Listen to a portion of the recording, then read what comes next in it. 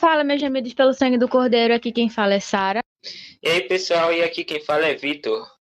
Então, hoje vamos estar com o tema de educação financeira com nossos convidados de hoje. Eu queria pedir para a Cirlane se apresentar. Oi, tudo bom? Eu faço parte lá da Igreja Presbiteriana do Barro, eu sou contadora. E primeiro, eu queria dizer que vocês estão de parabéns. Achei massa a ideia de vocês de gravar podcast. Já ouvi algumas gravações que vocês fizeram, e tá muito bom. Mas então, me apresentando, né? Sou lá da Igreja Presbiteriana do Barro. No tempo como a UPA, eu trabalhei só como na UPA local mesmo, que aí eu cheguei a ser presidente, acho que por um ano.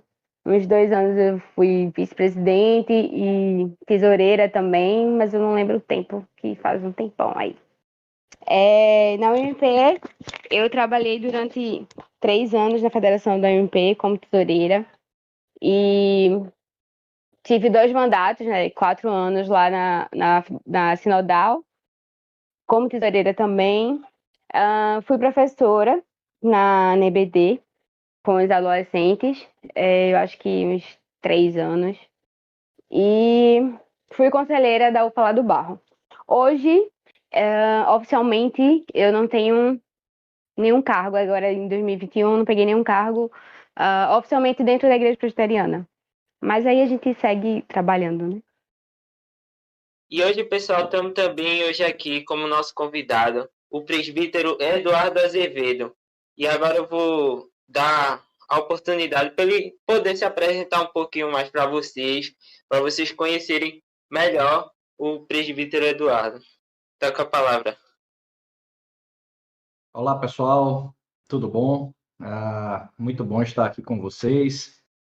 É um prazer enorme, né, estar participando, então, desse podcast. E, assim como Cirlane falou, também achei muito massa a ideia. Cheguei a ouvir também alguns outros podcasts já gravados e os temas excelentes, as interações.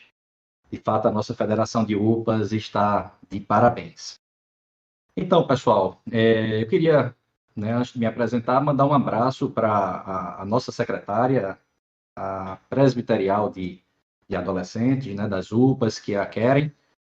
Também mandar um abraço para a Damaris, né, que é a presidente da federação, e para todos da diretoria, em especial a Sara e a Vitor, que estão aqui conosco, e a Cirlane, que acabou de se apresentar, nossa irmã da Igreja do Barro. Assim como o Vitor falou, né, eu sou presbítero da nossa igreja, da Igreja Presbiteriana da Lagoa do Araçá, que também é do Presbitério Centro de Pernambuco. Sou presidente atualmente do Presbitério Centro de Pernambuco e também do Sínodo Central de Pernambuco. E sou secretário executivo da Junta Patrimonial, Econômica e Financeira da IPB.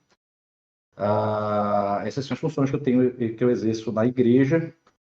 E eu tenho que ser um pouco mais objetivo, porque eu sou mais velho também, né? Sou mais coroa, então a gente tem que procurar ser um pouco mais objetivo. Na minha área profissional, né, eu tenho formação em Direito e Administração, então eu sou diretor jurídico e financeiro do Colégio Agnes, o Colégio Presbiteriano Agnes, ESCNE, centenário colégio da nossa cidade, e sou também professor e coordenador da Universidade Mackenzie. Tá? Então, procurei aí ser breve na apresentação. Vamos lá. Então, galera, vamos para os temas a serem debatidos hoje no podcast. Então, primeiro pergunta que eu faço é: o que é educação financeira? Então, eu posso começar? Presbítero, se eu começo? Deve, primeiras damas. Então, eu acho que a educação financeira, ela trata-se muito do domínio e do conhecimento que tu tens do teu dinheiro, sabe? E também da melhor postura que tu vai adotar para usá-lo, tá? Da gestão que tu vai fazer desse dinheiro. Joia.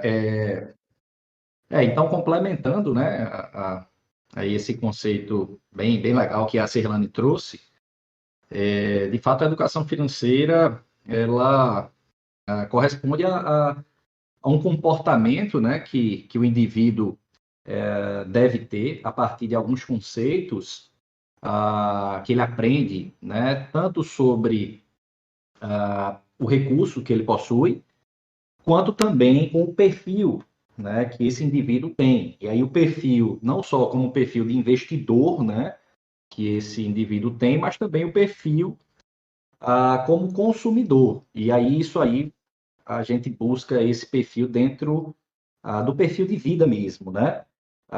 Se eu sou uma pessoa de origem humilde, uma pessoa com parcos recursos, né?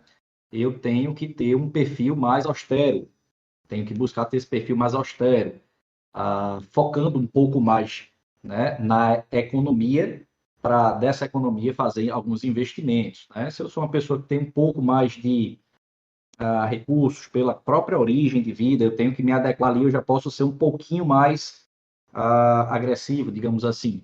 Então, a educação financeira, ela perpassa, né, por questões, de fato, né, de conhecimento acerca de tópicos e conteúdos importantes na área financeira, mas também sobre um pouquinho do perfil, né, de cada pessoa, o perfil de cada um, sobre seu planejamento de vida de uma forma geral. A parte do planejamento financeiro da vida é uma parte pouco, às vezes, explorada, mas muito importante para a vida de cada um de nós. E quanto mais cedo a gente começa a se organizar, a compreender essas questões, possivelmente no futuro a gente vai colher melhores resultados, né? Por isso que um tema tão bom e que vocês, como jovens que são, né, adolescentes, jovens que são, quanto mais rápido vocês tiverem acesso a essas informações, certamente melhor vocês se colocarão financeiramente no futuro. Aí, ó, pessoal, pegaram a dica, aproveite aí enquanto é tempo, né, para estudar esse assunto aí e no futuro já ficar um pouco aliviado, né, na questão financeira da coisa. E, pastor, presbítero Eduardo, eu queria perguntar também, né, uma pergunta que é da sua área, né, sobre investimentos e tal. Queria perguntar ao senhor quanto tempo o senhor está nesse ramo aí de investimentos e quais são as maiores dificuldades que o senhor tem em investir. A gente sabe que quando a gente começa alguma coisa, né, a gente tem sempre bastante dificuldade para aprender no começo, tem às vezes um certo medo porque está se tratando de dinheiro e tal. Então eu queria que o senhor pudesse falar um pouco mais sobre isso. Beleza, Vitor. Então, eu vou procurar então começar pela segunda pergunta, tá? As dificuldades maiores que eu creio, né, que a gente tem, né, ao investir, são duas. A primeira é a questão do planejamento, né?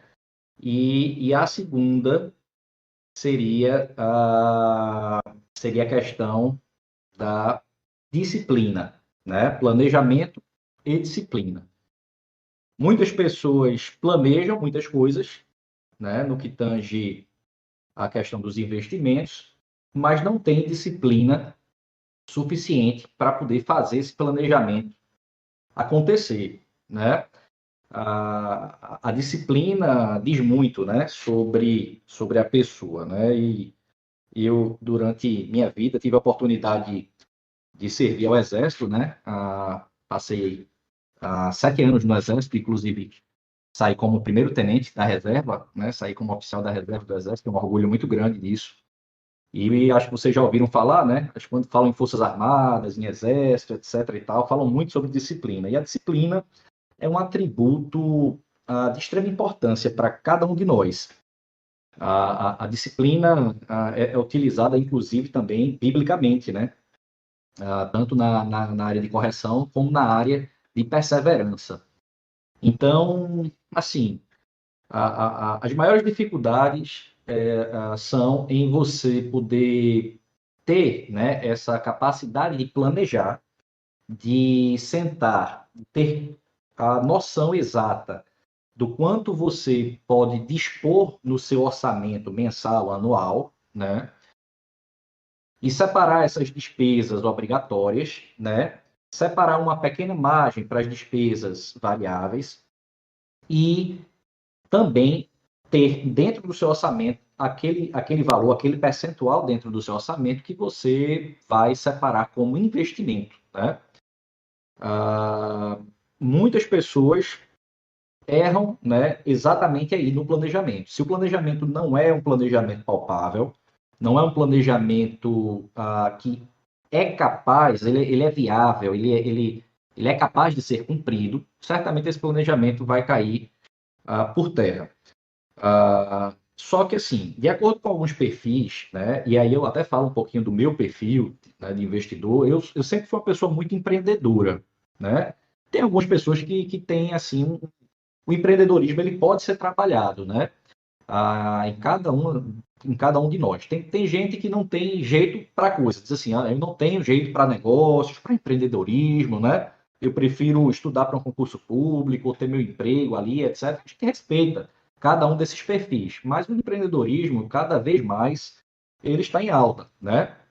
E agora, com um mercado totalmente voltado para essa indústria 4.0, o mercado digital, o empreendedorismo ele está mais em moda do que nunca, né? Então, assim, eu, como vinha falando anteriormente, tenho essa veiazinha de empreender. Então, eu comecei a investir desde cedo, né?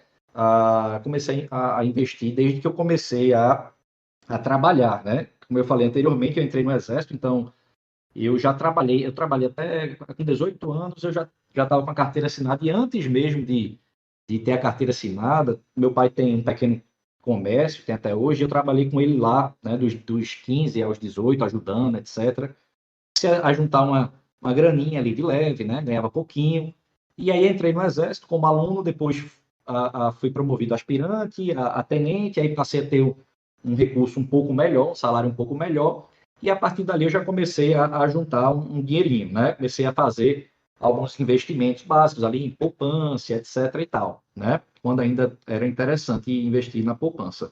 Então, assim, desde que eu comecei a trabalhar, que eu comecei a juntar um dinheirinho, né? A partir do momento que eu entrei no Exército, que eu comecei a ter um recurso um pouquinho maior, eu comecei a realizar alguns investimentos, né? E aí, a partir de então, eu saí a estudar um pouco mais, né? A buscar o conhecimento, a conhecer os tipos de investimentos, que a gente certamente vai poder tocar um pouquinho mais na frente, e eu posso falar um pouquinho melhor sobre isso daí.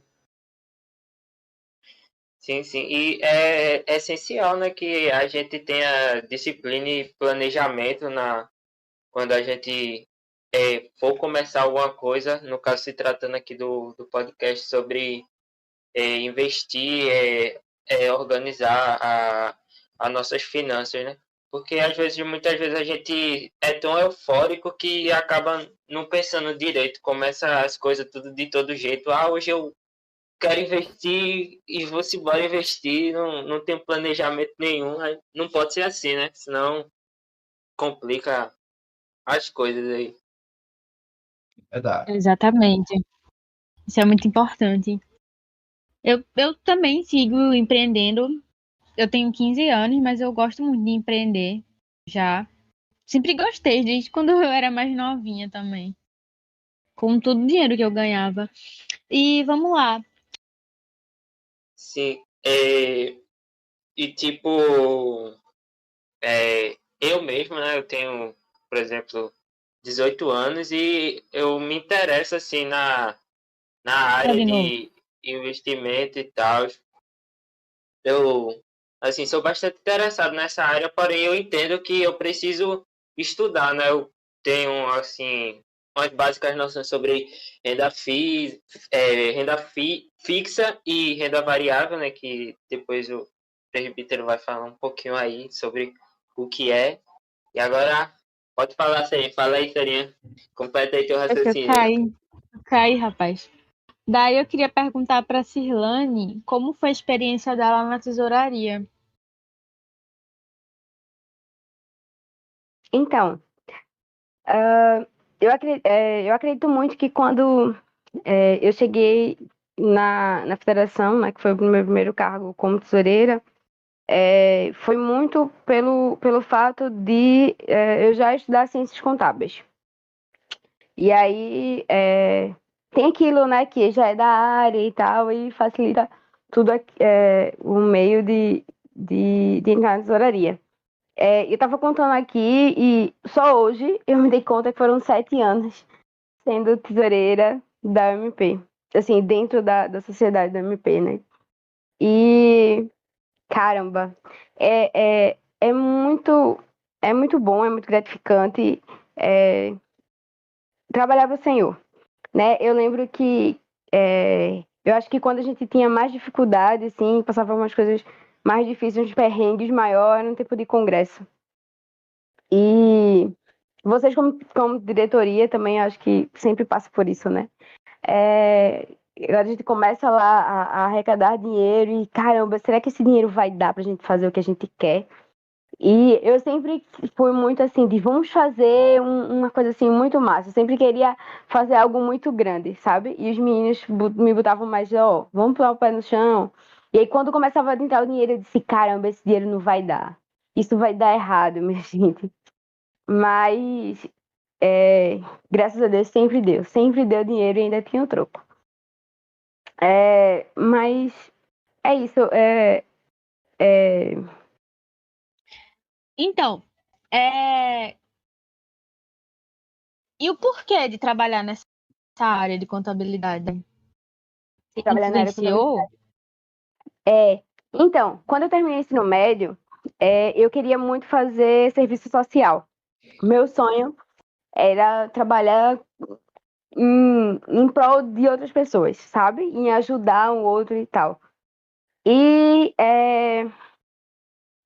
quando eu terminei o ensino médio, não tinha, não tinha condições, minha família não tinha condições de pagar uma faculdade, uma graduação. E eu sabia que eu precisava trabalhar para poder me sustentar. E eu tinha muito na minha mente que eu não queria trabalhar no comércio, sabe? Porque eu sabia que tem aquilo de escala, né? De trabalhar sábado, domingo e trabalhar até de noite. E eu, caramba, como é que eu vou trabalhar para a igreja? Eu sempre tive muitos cargos, muitas coisas assim, para fazer na igreja e eu não queria trabalhar sábado e domingo. Aí eu comecei a fazer um curso de administração, curso técnico de administração, que era o mais barato e era o que dava para ir pagando. E dentro do curso de administração eu consegui um estágio dentro de um escritório de contabilidade. E eu lembro que quando eu recebi o primeiro salário lá como estagiária, eu me achei a pessoa mais rica do mundo. Porque quem não tinha nada, né, ganhar, sei lá, R$ 500, oxe, eu tô rica, milionária. E, e aí, a partir de entrar na escola de contabilidade, eu passei um ano lá como estagiária, fazendo o curso de administração. E quando acabou o meu estágio, foi no mesmo período que acabou o técnico de administração. E aí o meu chefe, o dono do escritório, fez, ó, Cirlane, se tu tiver interesse em fazer o curso de Ciências Contábeis, eu te contrato. Se não, não tenho interesse de ficar com alguém que não tem um curso, até porque era um escritório relativamente pequeno, tinha poucos funcionários e tal.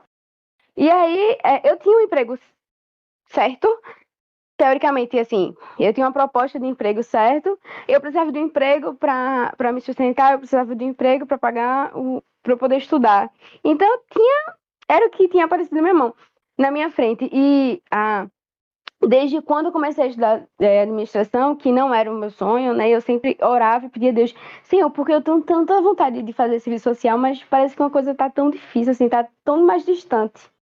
Quando eu comecei a entrar no escritório, foi que aí que se tornou mais distante ainda e apareceu a proposta de emprego. E aí eu aceitei, era o que eu tinha ali naquela hora. E eu comecei me matriculei na graduação de Ciências Contábeis, comecei a estudar. E aí eu tinha pensado que esse meu sonho de fazer serviço social e eu podia realizar esse trabalho de outras formas. E como contadora também. E aí eu tô até hoje. Eu trabalho ainda com aquele mesmo meu chefe que de quando eu comecei. Trabalho no escritório como CLT, no escritório de contabilidade. Tô tentando, começando a empreender, que vocês estavam falando aí de empreendedorismo. Tô começando. E foi isso. E aí, como eu já tinha experiência no cargo em contabilidade,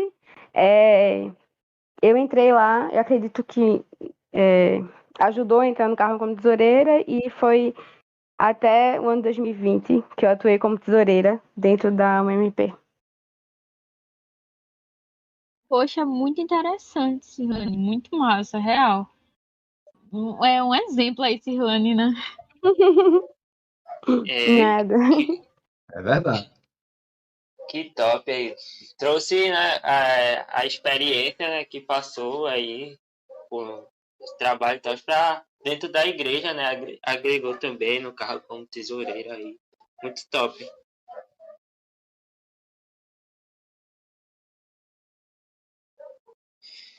E agora eu vou fazer uma pergunta aqui, né? Aí vocês dois podem, né, falar sobre se dízimo é obrigação, né? Porque a gente sabe que essa questão de dízimo às vezes gera bastante polêmica na igreja, porque tem alguns irmãos que não gostam de dar dízimo, porque dizem que pastor rouba e tal, acabam generalizando a coisa, né? Acabam pegando um mau exemplo e acaba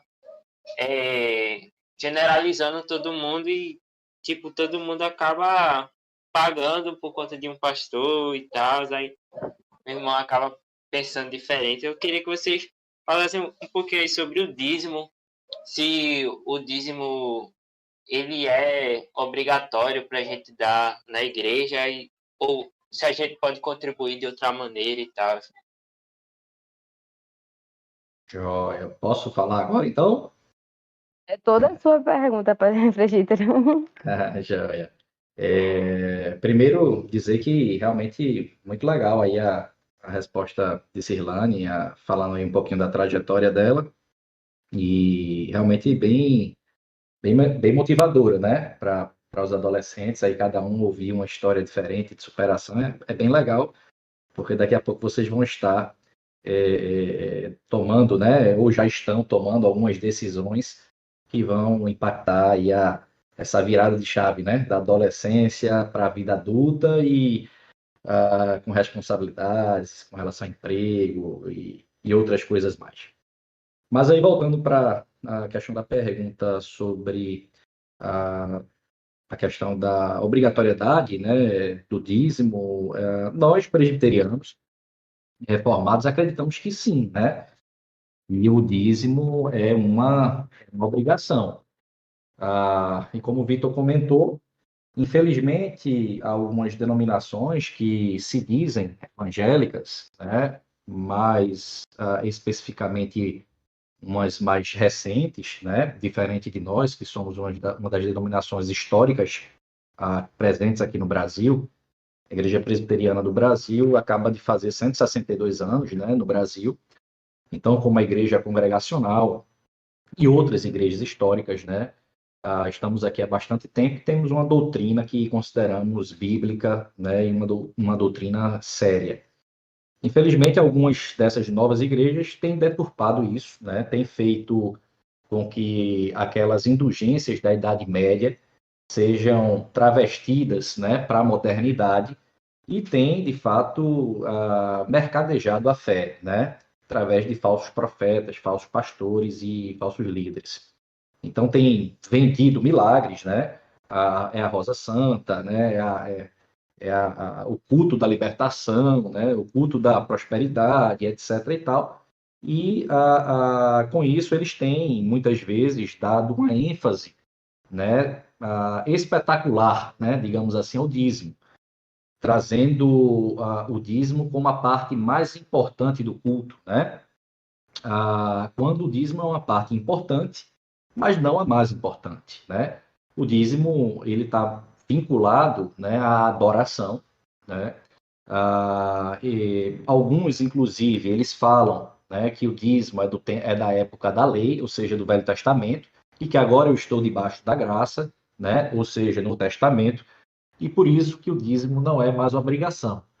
Mas esse é um erro bem grotesco quando a gente fala teologicamente, né? Porque a Bíblia ela diz que Abraão ele devolveu o dízimo a Melquisedeque, né? Melquisedeque ele representava, né, o próprio Cristo. Então ele era sacerdote e rei. Ou seja, há 400 anos aproximadamente antes de ter a lei, já Abraão, né, que é o pai da fé, ele já devolvia o dízimo, né, por uma questão de responsabilidade dada pelo próprio Deus. Hoje a gente fala muito, né? Eu vou dar o dízimo, né? Eu vou dar. Esse termo, inclusive, dar, ele é um pouquinho equivocado, né? Porque você não pode dar o que não é seu. O termo mais correto seria devolver, porque tudo é do Senhor, né? E o Senhor nos coloca como mordomos das coisas dele. Então, o Senhor, ele nos orienta a devolvermos aquilo que é dele, e nós, né, da Igreja Presbiteriana do Brasil, da Igreja Reformada, temos essa convicção de que o dízimo ele foi instituído, de fato, antes mesmo do Velho Testamento, foi confirmado pela lei no Velho Testamento, e posteriormente, em Mateus 23, né, Jesus, ele, quando chama a atenção dos fariseus, ele reforça, né, que os fariseus deviam ter atenção com a misericórdia, com a justiça, sem esquecer, né, de contribuir, de devolver o dízimo, né? Então, para nós reformados, nós presbiterianos, não temos dúvidas sobre isso. E Cirlane, né, pode falar também um pouquinho sobre o dízimo e tal, porque tem também, né, a questão assim que às vezes tem pessoas que não têm esse dinheiro e tal para contribuir, mas podem contribuir de outra forma também, né, dando seu trabalho para a igreja e tal, se sendo proativo na obra, né, estando disponível para ajudar nas questões da igreja e tal. Você pode falar também um pouquinho aí, Silvana, o que você acha e tal sobre relação ao dízimo. Então, uma explicação sobre o que é o dízimo, a importância do dízimo, o presbítero já falou, né, pra gente. E aí eu acho que só acrescentando e trazendo em relação a isso de dinheiro, trazendo pra gente dentro de sociedade, eu lembro sobre aquela contribuição anual como o MP que vocês chamam de oferta de amor, não é isso? Como UPA.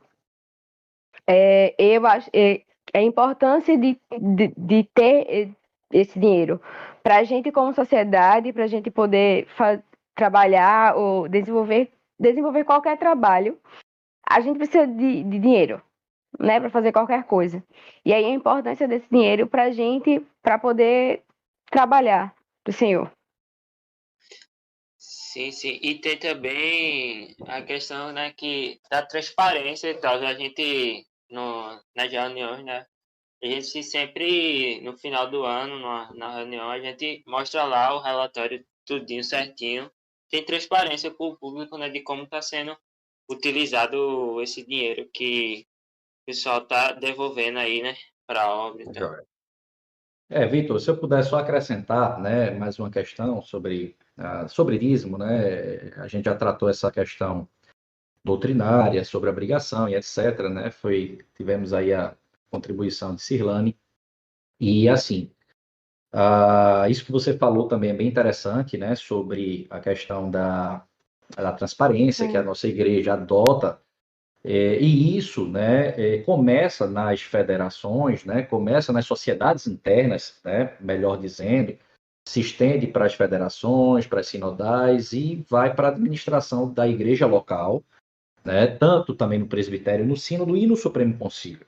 Então, toda igreja, né, ela tem o seu tesoureiro, né, que operacionaliza, né, a questão da administração desse dízimo, mas esse tesoureiro, como eu falei, ele operacionaliza aquilo que foi previamente tratado pelo conselho da igreja.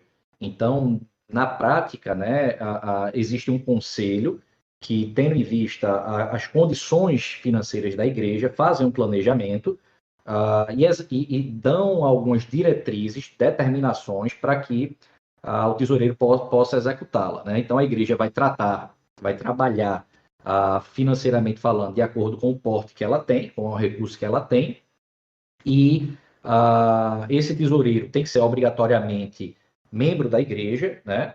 A Constituição da nossa igreja, ela fala que, se possível, que seja um oficial, e além desse amparo que tem um conselho por trás, nós temos também determinado pela nossa Constituição da Igreja Presbiteriana que temos que ter comissão de exame de contas. Então, a gente tem que ter uma comissão com 2 ou 3 irmãos ali, no mínimo, membros da igreja, que vão examinar as contas ali da tesouraria, né? E vão passar esse relatório para o conselho, ou seja, o conselho, né, ele supervisiona ali o trabalho do tesoureiro e essa comissão de irmãos também, prestando relatórios para o conselho. Além disso, todo o conselho ele presta relatórios para um presbitério, que é um concílio superior, né, ao conselho da igreja, que tem pastores e presbíteros, e esses pastores e presbíteros fazem outra triagem, ou seja, mais uma fiscalização sobre o movimento da igreja local. Então, para a gente ver como na nossa igreja o dinheiro santo, o dinheiro do dízimo é tratado com seriedade. E para os irmãos terem uma melhor compreensão a nível de IPB, né, de Igreja Presbiteriana do Brasil, todas as igrejas, ou seja, todos os conselhos, eles também dizimam, né? A igreja, ela tem a sua arrecadação e da sua arrecadação, 10%, né, ela dizima ao Supremo Concílio da Igreja Presbiteriana do Brasil, né? Para vocês terem ideia, mais de 60% desse dízimo é investido diretamente em missões, né? É diretamente para os órgãos missionários, Junta de Missões Nacionais, Agência Presbiteriana de Missões Transculturais, né? Sem falar naqueles órgãos de apoio, né? Como a APECOM, que é a Agência Presbiteriana de Comunicações, né? E a gente tem lá o programa Verdade e Vida, com o reverendo Hernandes Dias Lopes e outros, né? Outras ações de levar a palavra de Deus. Então, mostra como de importante, né? Assim, procure ser um pouquinho objetivo, eu sei que é um pouquinho não, é bastante informação, mas eu acho que é bem importante, né? Você saber que o seu dízimo, ele financia a obra missionária, né? Se a sua igreja, por exemplo, é uma igreja pequena, é uma igreja que não tem condições, por exemplo, de sustentar missionários, etc., não pense que ela não está sendo missionária, ela está sendo sim, porque a partir do momento que ela dizima ao Supremo Concílio da Igreja Presbiteriana do Brasil, ela também está sustentando a obra missionária. Muito massa, assim, essa seriedade, né, que a igreja presbiteriana tem, a igreja que a gente faz parte, nessa questão do dízimo, porque é algo que tem que ser levado a sério, né? Tem que ser, a gente tem que tratar esse assunto com seriedade. A gente está tratando do dinheiro que está sendo ofertado para a obra de Deus, né? E é muito legal, assim, o hábito, né, que a gente já, desde do começo, né, desde de UPA, a gente já vai entendendo, assim, um pouco dessa seriedade com o dinheiro e tal. Então, é uma coisa bastante séria aí que a gente tem que ter, né, transparência, tem que ter zelo aí pela obra e tal, e transparência, para que todo mundo saiba como está sendo investido esse dinheiro. E sobre isso, viu, só acrescentando, eu tenho 2 filhos, né? Um que tem 5, já está fazendo 6 agora no mês que vem, e tem um também de 1 aninho e 3 meses, né? Meu filhinho igual o Davi, né? O Davi e o Dudu, ele até é uma coisa que é bem, bem emocionante para a gente também, né? Que tem esse objetivo de ensinar, né, nossas crianças no caminho que devem andar. Então, domingo passado, eu tive o privilégio de ir com minha família de volta para a igreja, né? O pequenininho, a gente estava com aquele receio ainda da pandemia, mas como os números da pandemia estão melhorando, etc., foi a primeira vez que ele, o Dudu, o de 1 ano, foi comigo lá. Então, no momento do dízimo e da oferta do culto, ele foi caminhando comigo ali de mão dada, né? Com a ofertinha dele lá, aprendendo a depositar no gasofilácio, né? Com 1 ano de idade, a gente começou a andar, deu para levar no braço na hora de fazer lá o depósito do dízimo da oferta. A gente tem que começar a ensinar os nossos filhos. Realmente, isso é muito importante. E vocês deixaram bem explicadinho, gente. Foi muito bom essa parte. Realmente, eu não, muitas coisas que vocês explicaram eu não sabia. E agora realmente já deixa bem mais claro até para as outras pessoas que não sabiam dessas informações como eu. E a próxima pergunta é: o que acham da educação financeira como disciplina eletiva na escola? A gente sabe que muitas questões não são debatidas com as pessoas, né? E não só a questão de disciplina financeira, mas outras questões políticas, enfim. Vocês podem revezar para falar essa parte. Eu acho que eu estou falando um bocadinho, né? Então vou deixar a Cirlane a responder aí primeiro.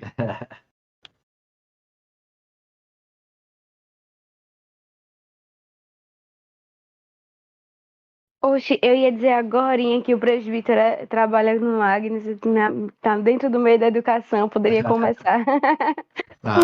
Posso fazer também. Já. Então, eu acredito sim, ter a disciplina é importantíssimo. Porque aí, como o presbítero falou, né, é importante, desde muito pequeno, a gente estudar e aprender sobre dinheiro. O fato de ter a disciplina dentro da grade curricular da escola, eu acredito que vai muito além de ensinar a criança, o adolescente, o jovem, vai muito além de ensinar a criança sobre se organizar financeiramente. Eu acredito que vai mudar na vida daquela criança, do adolescente, para o futuro, sabe? Ele se torna uma pessoa mais responsável, ele pode se tornar uma pessoa comprometida. E aí, como eu falei, não só financeiramente, mas como meio ambiente, como pessoa, como adulto, como profissional. Eu acho que muda muito, assim, na vida como um todo da pessoa. Joia. Essa pergunta realmente ela é muito legal, pergunta massa, que aí, como Cirlane vem falando, né, a importância de se ter uma disciplina letiva na escola, eu acho que é maravilhosa, né? E assim, eu achei bem legal porque é uma coisa que eu já estava pretendendo, né, trazer aqui para o Agnes, essa possibilidade de disciplina letiva,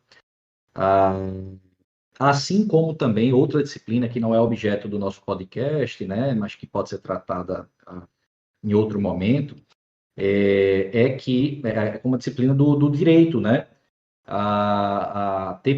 Acho que ter, né, ali, pelo menos para o ensino médio, uma disciplina eletiva ali de introdução ao estudo do direito, onde a gente aprende as bases do direito brasileiro, né, como é que funciona o processo legislativo, como é que funciona a nossa Constituição, aprender o que é uma lei ordinária, assim, o básico do direito, né, eu acho que é muito importante.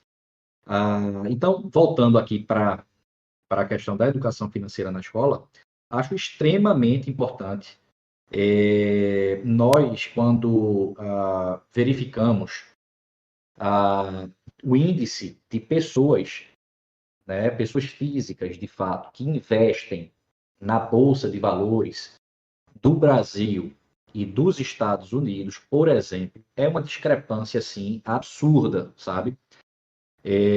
O percentual de brasileiros que investem na Bolsa de Valores em relação aos Estados Unidos, e não só aos Estados Unidos, em relação aos países desenvolvidos, né?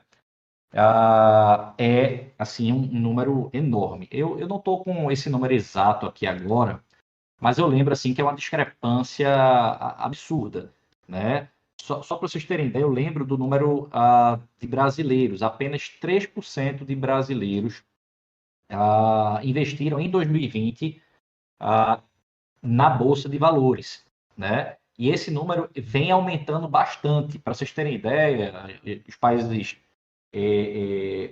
desenvolvidos como Estados Unidos, né, Japão e etc., eles investem em torno de 50% a mais de 50% da população, né? Para vocês verem como funciona essa questão da educação financeira pelos países desenvolvidos. Eles começam a ter, de fato, a instrução sobre o tema na escola, né? E já na adolescência, eles já começam a investir.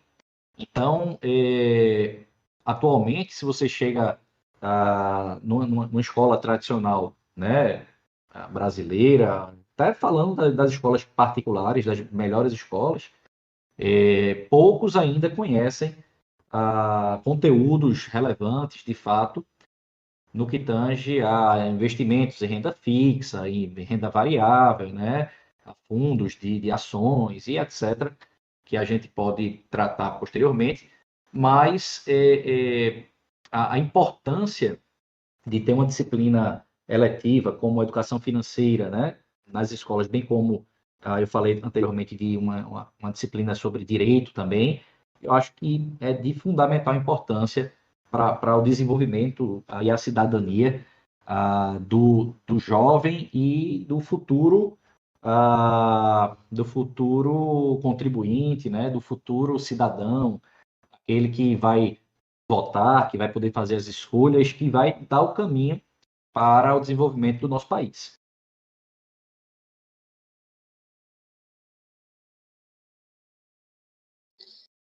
E como Cirlane e o presbítero Eduardo falaram, né, é muito assim importante falar agora de uma experiência minha. É que quando eu saí assim do meu ensino médio, eu não tive, né, eletiva sobre educação financeira e tal, sobre direitos também, que eu acho muito importante que a gente tenha, que a gente possa conhecer mais sobre nossos direitos.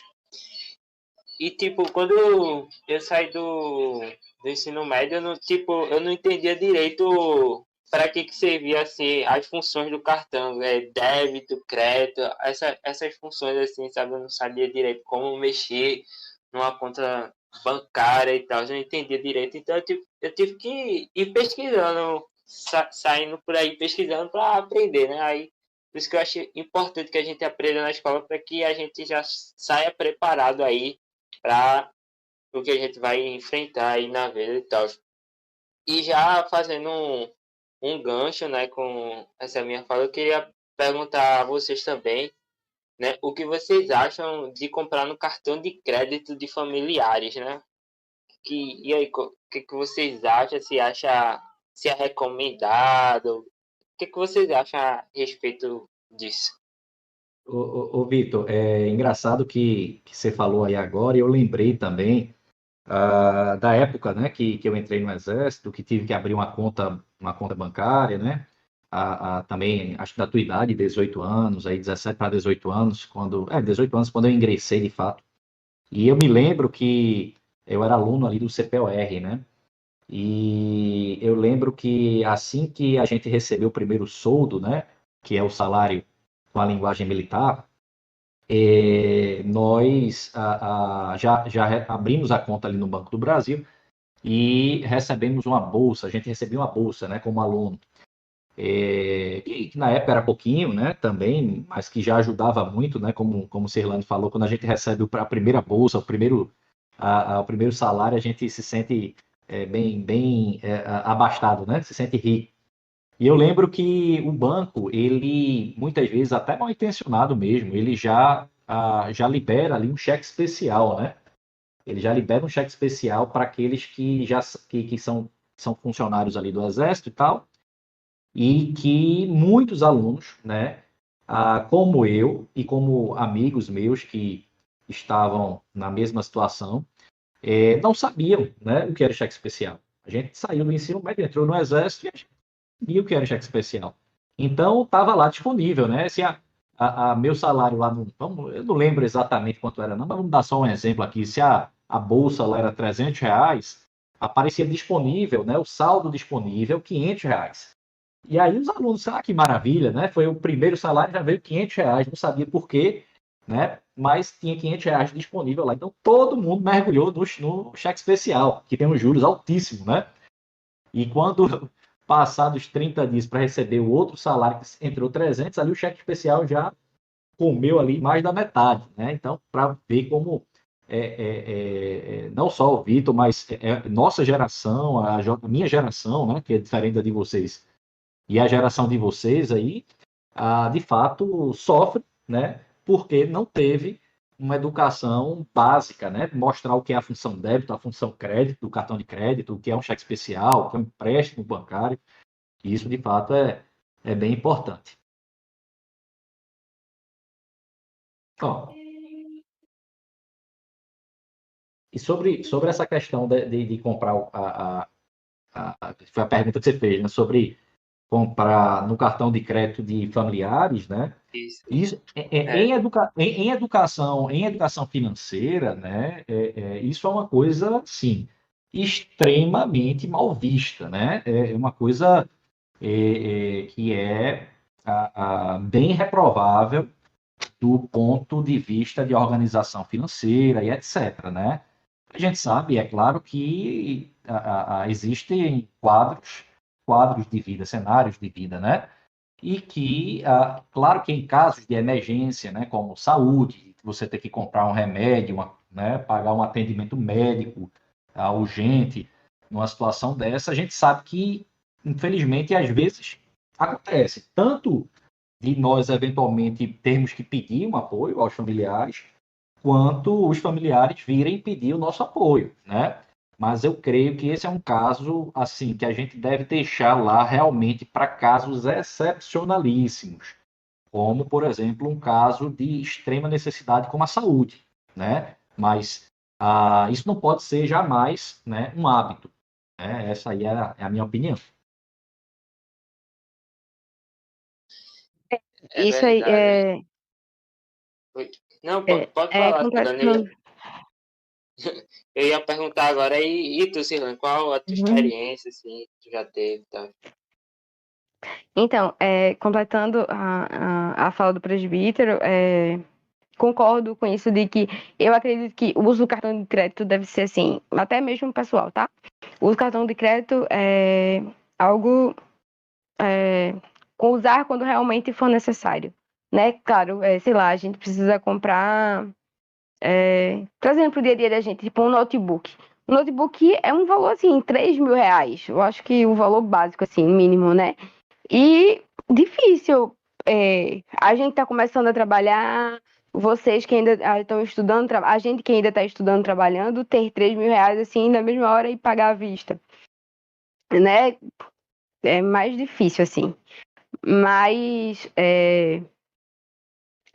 usar só com uma situação assim que a gente não tenha mesmo. Ou tentar juntar o dinheiro e pagar à vista, sabe? Mas isso de usar cartão de crédito, eu acho que realmente é muito perigoso. Isso, só complementando, Cirlane, né, concordando contigo, eu lembro já de vários casos de amigos de trabalho, assim, que eu já fiquei sabendo, um emprestou o cartão de crédito para o outro comprar, né, uma camisa ou um que quer que seja. Emprestou o cartão de crédito até entre a família mesmo. Eu já vi isso dar muita briga, dá muita discórdia, né? Tanto entre amigos quanto entre familiares, né? Então, assim, se você tiver que dizer não Se o pedido é para uma coisa, no caso de empréstimo de cartão de crédito, né, para amigos ou familiares, se você tiver a opção assim de dizer não no início, diga, porque é melhor o seu amigo ou seu familiar ficar meio chateadinho com você ali porque você disse não, do que você emprestar, se endividar e vai ficar chateado do mesmo jeito, entende? Então, de fato, se não é uma coisa extremamente excepcional, não empreste o seu cartão de crédito, porque a dor de cabeça é quase que certa, né? Não vale a pena. E sobre isso que Cirlane falou, é importante mesmo pensar sempre na medida do possível, se utilizar da compra à vista, né? Porque quase sempre, né, salvo algumas exceções, porque tem algumas exceções mesmo, tudo que tudo não, né? Mas muito do que a gente compra, quando a gente utiliza no dinheiro, né? E no dinheiro ainda mais, ele ainda dá mais desconto do que no débito. A gente consegue um desconto grande. Se você chegar, Verdade. se você chegar, por exemplo, assim, né? Numa loja de imóveis, né? Uma Magazine Luiza da vida lá no shopping e etc. E você chega lá e, olha, eu quero comprar essa TV. E aí já vai estar lá, o preço da TV, R$ 3.000, ou em 10 vezes de R$ 300. Mas, ó, tenha certeza que nessas lojas, principalmente nessas lojas físicas, aí você vai dizer, olha, eu queria comprar à vista, né? Ele vai lhe dar um bom desconto. Pode ter certeza. Se você perguntar, vai sair essa televisão aí uns 2.700, 2.600. Se você chorar, ela sai por isso daí mesmo. Nesses tempos de hoje, né, como o mercado digital, né, o e-commerce tem crescido muito, então nos sites de vendas online, a gente já vê que tem um preço lá que divide sem juros no cartão.